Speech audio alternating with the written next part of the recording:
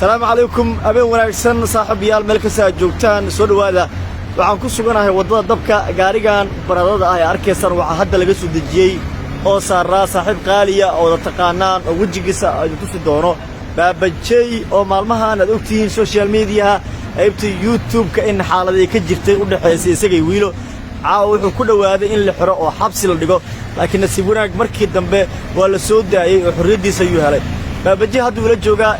baabajay soo dhawow halis baad gashay maxaa sababay horta arkaysa wada gaarigan ka soo dagay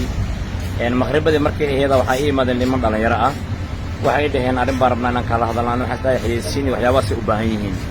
markii ay meel geeyeen waxay handadeen in arrintii wiilo ay ugu haysteen ee waliba ay jiljireen ay jaakada jag iga siiyeen xataa mid ka mid ah baakoorto jag iga siiyay oo ay ballan qaaday in xabsi aniga la geenayo oo la xiraayo ay waliba qol igeliyeen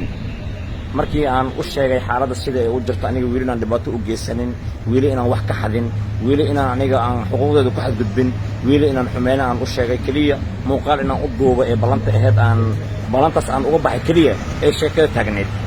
oo wiliba diyaar aan u ahay inaan raali geliyo oo aad aragteen inaan raali gelinayo muuqaalo badan aniga aan u diray wiilo dad badan oo gudiyaal aan u xil saaray arrintaas si ay u dhaxgalaan markii aan ka dhaadhiciyay dhalinyaro badan arrinta ay soo faragasteen iyaga qaarkood isqabsaday kadib xoriyadeedan dib u helay waa garta dadka caawa ku xiray oo runtii meesha joogta ka kaxeeyay gaadiidka watay ma hubaysnaayeen ma askar bi ahaayeen maxay kula ekaan dhalinyaro caadi ahaayeen askar ma ahayn dhalinyaro caadi ahaayeen waxay wateen bistooladay wateen aniga meel ay ka imaadeen ma sheegi karo wajiga tasfiicno ma arkin